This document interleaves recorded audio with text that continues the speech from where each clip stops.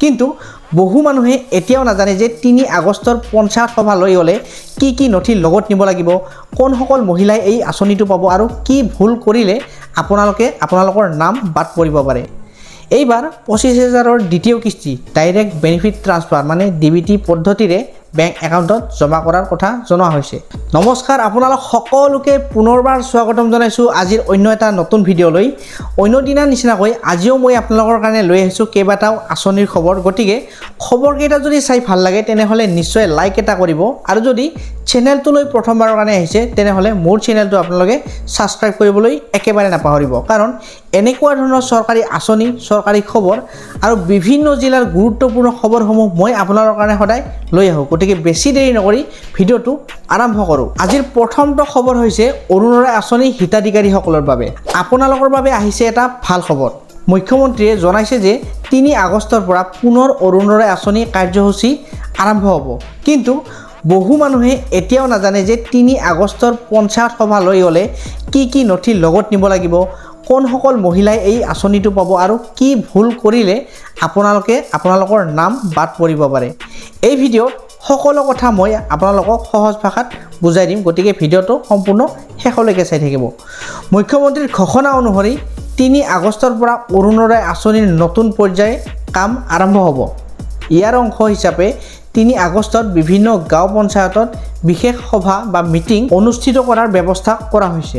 এই সভাত আঁচনিৰ বিষয়ে তথ্য দিয়া, যোগ্য হিতাধিকাৰীক চিনাক্ত কৰা আৰু প্ৰয়োজনীয় নথি সংগ্ৰহৰ দৰে কাম কিছুমান কোৱা হ'ব বা আপোনালোকক পৰামৰ্শ দিয়া হ'ব। যদি আপুনি অৰুণোদয় আঁচনিৰ সুবিধা পাব বিচাৰে তেন্তে নিজৰ পঞ্চায়তৰ পৰা অহা জাননী বা খবৰ নিয়মীয়াকৈ লক্ষ্য ৰাখক। কি কথা এতিয়া আপোনালোকে নিশ্চিত কৰিব লাগিব। বেংক একাউণ্ট সক্ৰিয় আছেনে নাই, আধাৰ আৰু বেংক একাউণ্ট সঠিকভাৱে সংযুক্ত হৈ আছেনে নাই, মোবাইল নম্বৰ সক্ৰিয় হৈ আছেনে নাই, যাতে OTP বা যোগাযোগ অসুবিধা নহয় আপোনালোকৰ একাউণ্টত পইচা সোমোৱাৰ আগত। আপোনাৰ নাম আৰু নথিপত্ৰসমূহ তথ্য একে আছে নে নাই, ধৰক আপোনাৰ পান কাৰ্ডত বা আধাৰ কাৰ্ডত বেলেগ নামটো হৈ আছে নেকি, একাউণ্ট বা আধাৰ কাৰ্ডত বেলেগ নাম হৈ আছে নেকি, এবাৰ আপোনালোকে চেক কৰি চাব বা মিলাই চাব। এই সময়ত কেৱল চৰকাৰী ঘোষণা, নিজৰ গাঁও পঞ্চায়ত, স্থানীয় প্ৰশাসন বা অনুমোদিত চৰকাৰী মাধ্যম তথ্যহে আপোনালোকে বিশ্বাস কৰক।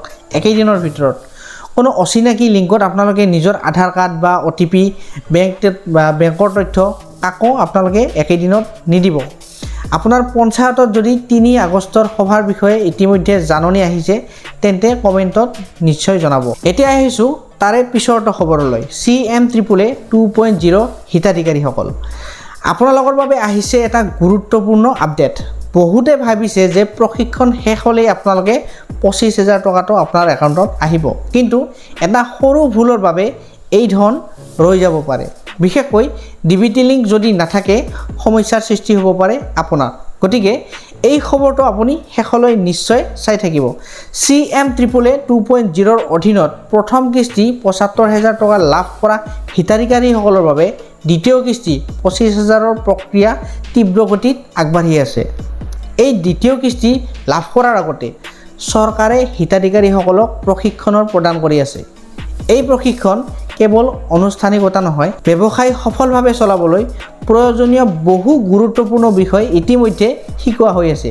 যেনে উদাহৰণস্বৰূপে মই যদি আপোনালোকক ক'বলৈ যাওঁ, ব্যৱসায় কেনেদৰে আগবঢ়াব লাগে, লাভ লোকচান হিচাপ কেনেদৰে ৰাখিব লাগে, দৈনিক আয় ব্যয়ৰ ৰেকৰ্ড কেনেদৰে সংৰক্ষণ কৰিব লাগে, গৰু পালন কৰিলে বৈজ্ঞানিক পদ্ধতিৰে কেনেকৈ পালন কৰিব লাগে, খাদ্য আৰু স্বাস্থ্য ব্যৱস্থাপনা কেনেদৰে কৰিব লাগে, ছাগলী পালন কৰিলে উন্নত পদ্ধতি কি কৰিব লাগিব বা টীকাকৰণ কেতিয়া কৰিব লাগিব, খাদ্য ব্যৱস্থাপনা আৰু ৰোগ প্ৰতিৰোধ কৌশল কেনেকৈ কৰিব লাগিব। গতিকে এই বিষয়ে সকলো ধৰণৰ কথা শিকোৱা হৈছে। লগতে আন ব্যৱসায়সমূহক কেনেদৰে অধিক লাভজনকভাৱে চলাব পাৰি সেই বিষয়ে বিশেষজ্ঞসকলে দিহা পৰামৰ্শ আগবঢ়াইছে CMAAAৰ ট্ৰেইনিঙত।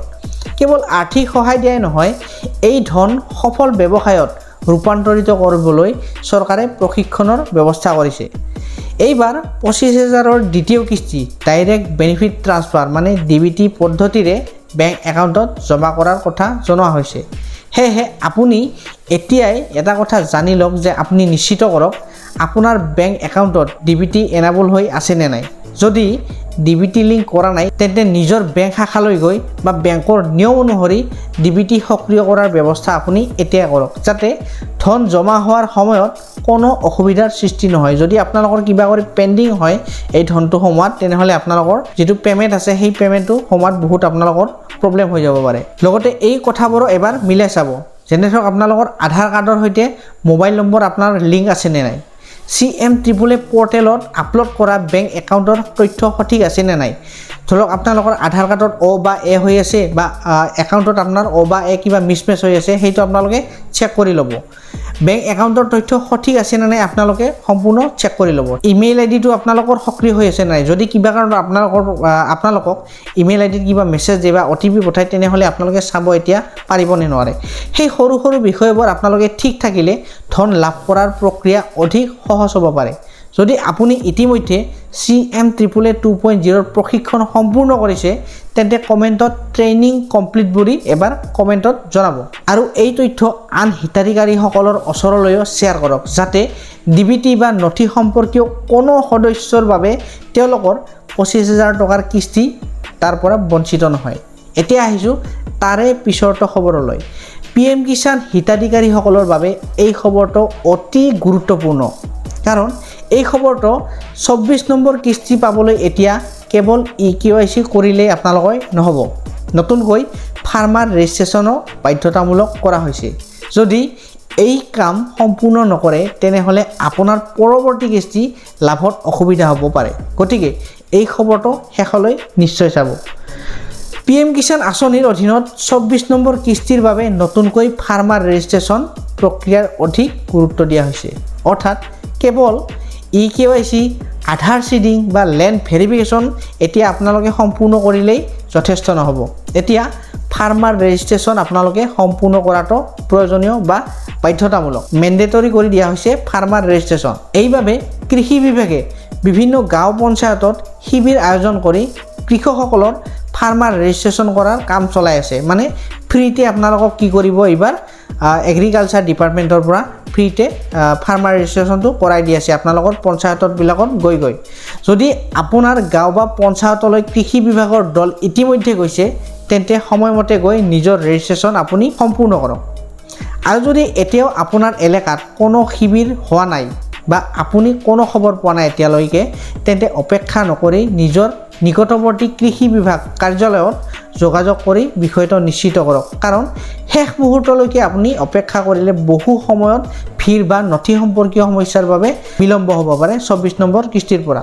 তো আপুনি EKYC সম্পূৰ্ণ আছেনে নাই চেক কৰক, আধাৰ চিডিং সঠিকভাৱে কৰা হৈ আছে নে নাই সেইটোও চেক কৰক, লেণ্ড ভেৰিফিকেশ্যন সম্পূৰ্ণ হৈ আছে নে নাই সেইটোও চেক কৰক, ফাৰ্মাৰ ৰেজিষ্ট্ৰেশ্যন সম্পূৰ্ণ হৈছে নে নাই সেইটো আপোনালোকে ফাৰ্মাৰ এগ্ৰিকালচাৰ ডিপাৰ্টমেণ্টত গৈ আপোনালোকে এবাৰ চেক কৰি ল'ব 24 নম্বৰ কিস্তি পোৱাৰ বাবে। এই 4টা বিষয় যদি আপোনাৰ ঠিক থাকে পৰৱৰ্তী কিস্তি লাভৰ ক্ষেত্ৰত অপ্ৰয়োজনীয় জটিলতা এৰাব পাৰিব। বন্ধুসকল, PM কিষাণৰ নামত বহু ভুৱা হোৱাটছআপ মেছেজ আৰু ফেক লিংক ঘূৰি ফুৰিছে। OTP, বেংক একাউণ্টৰ নম্বৰ, আধাৰৰ নম্বৰ বা আধাৰৰ তথ্য কোনো অচিনাকি ব্যক্তিক আপোনালোকে এতিয়া নিদিব। কেৱল কৃষি বিভাগ বা চৰকাৰী মাধ্যমৰ তথ্যহে বিশ্বাস কৰক। আপুনি যদি ফাৰ্মাৰ ৰেজিষ্ট্ৰেশ্যন ইতিমধ্যে সম্পূৰ্ণ কৰিছে তেন্তে কমেণ্ট বক্সত কমপ্লিট বুলি কমেণ্ট কৰক। আৰু যদি এতিয়াও কৰা নাই তেন্তে দেৰি নকৰি নিজৰ কৃষি বিভাগৰ কাৰ্যালয় বা পঞ্চায়তৰ সৈতে যোগাযোগ কৰক। এই তথ্য আন কৃষক বন্ধুসকলৰ ওচৰলৈও শ্বেয়াৰ কৰক যাতে কোনো যোগ্য হিতাধিকাৰীয়ে 24 নম্বৰ কিস্তিৰ পৰা বঞ্চিত নহয়। এতিয়া আহিছোঁ তাৰে পিছৰটো খবৰলৈ। ৰেচন কাৰ্ড হিতাধিকাৰীসকলৰ বাবে ডাঙৰ আপডেট। যদি আপোনাৰ ঘৰত ৰেচন কাৰ্ড আছে তেন্তে এই খবৰটো এবাৰ ভালদৰে শুনক। মাত্ৰ 2-3 মিনিটৰ এটা কাম নকৰাৰ বাবে পিছত ফ্ৰী চাউল বা আন চৰকাৰী সুবিধা লওঁতে আপোনাৰ অসুবিধা হ'ব পাৰে।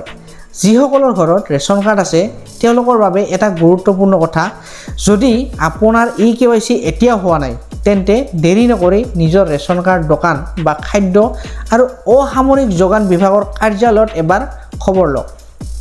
EKYC মানে হৈছে ৰেচন কাৰ্ডখন সঠিক মানুহৰ নামত আছেনে নাই সেইটো চৰকাৰে নিশ্চিত কৰা।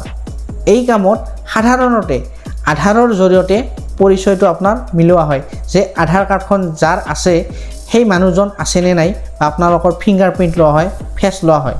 ঠিক আছে। আন এটা গুৰুত্বপূৰ্ণ কথা হৈছে ৰেচন কাৰ্ডৰ লগত মোবাইল নম্বৰ লিংক কৰাটো এতিয়া প্ৰয়োজনীয় বা মেণ্ডাটৰী হৈ গৈছে। সেয়েহে যদি আপোনাৰ ৰেচন কাৰ্ডত মোবাইল নম্বৰ সংযুক্ত নাই বা পুৰণি মোবাইল আছে তেন্তে সংশ্লিষ্ট বিভাগত যোগাযোগ কৰি আপডেট কৰি লোৱাটো আপোনাৰ বাবে নিজৰ কাৰণে ভাল। আজিকালি বহু ৰাজ্যত eKYC আৰু মোবাইল নম্বৰ আপডেটৰ ওপৰত বিশেষ গুৰুত্ব দিয়া হৈছে যাতে প্ৰকৃত হিতাধিকাৰীসকলে চৰকাৰী সুবিধা লাভ কৰে। সেয়েহে যদি আপোনাৰ eKYC বা মোবাইল নম্বৰ লিংক এতিয়াও সম্পূৰ্ণ হোৱা নাই তেন্তে পিছত কৰিম বুলি আপুনি নাভাবিব। আজিয়ে নিজৰ ৰেচন কাৰ্ড দোকান সংশ্লিষ্ট কাৰ্যালয়ত গৈ এবাৰ খবৰ লওক। লগতে নিশ্চিত কৰিব যে আপোনাৰ eKYC সম্পূৰ্ণ আছেনে নাই, মোবাইল নম্বৰ ৰেচন কাৰ্ডৰ লগত সংযুক্ত আছেনে নাই। যদি এই দুয়োটা কাম সম্পূৰ্ণ হৈ থাকে তেন্তে আপোনাৰ ৰেচন কাৰ্ডৰ eKYC আৰু মোবাইল নম্বৰ লিংক হৈ আছেনে নাই কমেণ্টত নিশ্চয় জনাব। যদি এতিয়াও নাই তেনেহ'লে দেৰি নকৰি আজিয়ে খবৰ লওক। লগতে এই ভিডিঅ'টো নিজৰ পৰিয়াল আৰু গাঁৱৰ আন মানুহৰ লগতো শ্বেয়াৰ কৰক যাতে কোনোৱে তথ্যৰ অভাৱত চৰকাৰী সুবিধা পোৱাৰ পৰা বঞ্চিত নহয়। যদি আজিৰ খবৰকেইটা ভাল লাগিল তেনেহ'লে নিশ্চয় লাইক কৰিব আৰু যদি মোৰ চেনেলটো প্ৰথমবাৰৰ কাৰণে চাই আছে তেনেহ'লে মোৰ চেনেলটো ছাবস্ক্ৰাইব কৰিবলৈ আপুনি একেবাৰে নাপাহৰিব, কাৰণ এনেকুৱা ধৰণৰ চৰকাৰী আঁচনি, চৰকাৰী খবৰ আৰু বিভিন্ন জিলাৰ খবৰসমূহ মই আপোনালোকৰ কাৰণে সদায় লৈ আহোঁ। গতিকে আজিলৈ ধন্যবাদ, লগ পাম নেক্সট গুৰুত্বপূৰ্ণ এটা ভিডিঅ'ত।